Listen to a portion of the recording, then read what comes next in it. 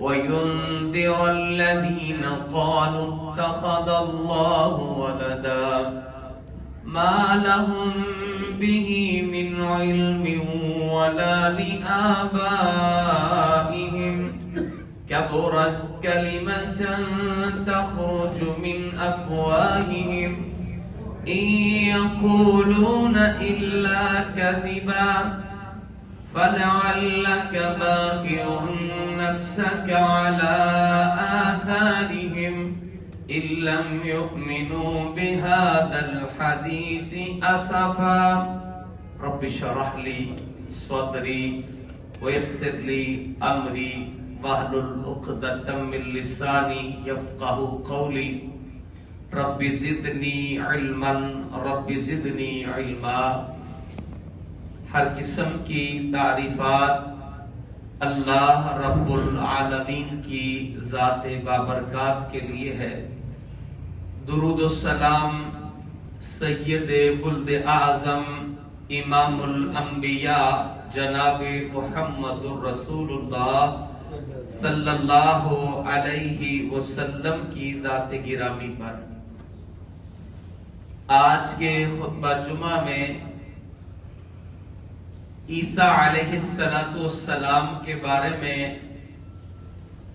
عیسائیوں میں جو غلط نظریات نبی کریم صلی اللہ علیہ وسلم کی آمد کے وقت تھے اور اس سے لے کر آج تک جو اس میں بگاڑ ہے، پھر اسی اثنا میں 25 دسمبر جو کہ ان کے ہاں اور بلکہ پوری دنیا میں ان کے حمایتی بن کر کرسمس ڈے کے نام سے بڑے زور و شور سے اسے منایا جاتا ہے۔ یا تو لا علمی ہے مسلمانوں میں، یا انتہائی غفلت اور کوتاہی ہے کہ ہم بھی اس میں کہیں نہ کہیں شامل نظر آ رہے ہیں۔ تو یہ کتنا بڑا جرم ہے، اس کے پیچھے ان کا نظریہ کیا ہے، اس حوالے سے چند ایک گزارشات آپ کے سامنے رکھنا چاہتا ہوں۔ سب سے بڑی بات یہ تھی، عیسائی عیسیٰ علیہ السلام کو اللہ کا بیٹا گردانتے تھے، نعوذ باللہ من ذالک۔ جیسے یہود نے حضرت عزیر کو اللہ کا بیٹا کہا، وقالت الیہود عزیر ابن اللہ وقالت النصارى المسیح ابن اللہ۔ اللہ قرآن مجید میں یہ ان کا عقیدہ بیان کرتے ہیں۔ اور دوسرا ان کا عقیدہ تھا عقیدہ تثلیث، اقانیم ثلاثہ۔ اگرچہ ان کا اس میں اختلاف ہے کہ وہ 3 الہ کسے گردانتے تھے، لیکن اس میں بہرحال وہ 3 طرح کے نظریات رکھتے تھے۔ یا تو عیسیٰ علیہ السلام کو براہ راست وہ اللہ ہی کہتے تھے، اور یا پھر وہ یہ کہتے تھے کہ یہ اللہ کا بیٹا ہے، اور تیسرا یہ تھا کہ 3 الہ ہیں، یعنی سیدہ مریم جو آپ کی والدہ ہیں، حضرت عیسیٰ اور اللہ۔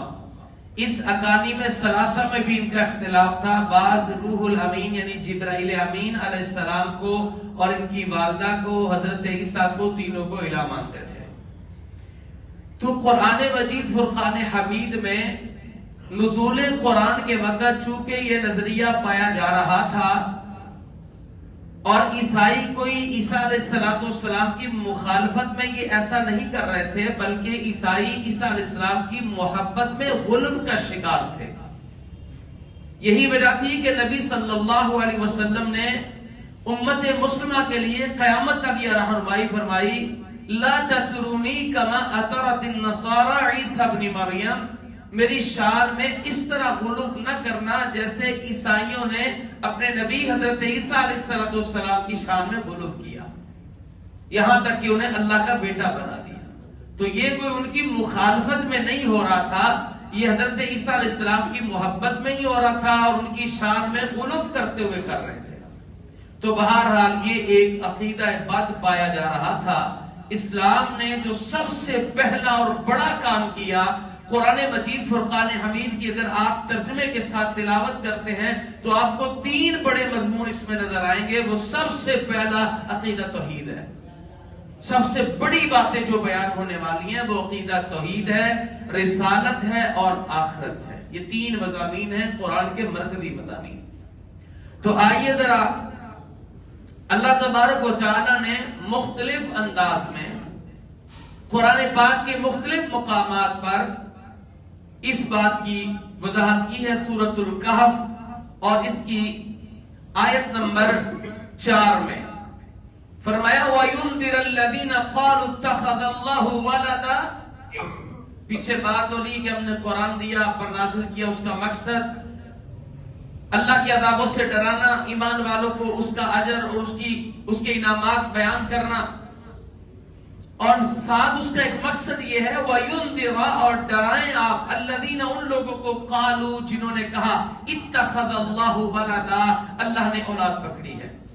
یہود عزیر ابن اللہ کہتے تھے، نعوذ باللہ من ذلک، عیسیٰ المسیح ابن اللہ کہتے تھے، اور مشرکین اللہ کی بیٹیاں فرشتوں کو گردانتے تھے. تو اس معاملے میں یہ یکسائی تھے، اللہ کی ذات کے ساتھ شرک کرتے ہیں. تو اللہ تعالیٰ کہتے ہیں آپ انہیں ڈرائیے جو یہ کہتے ہیں کہ اللہ نے اولاد پکڑی ہے.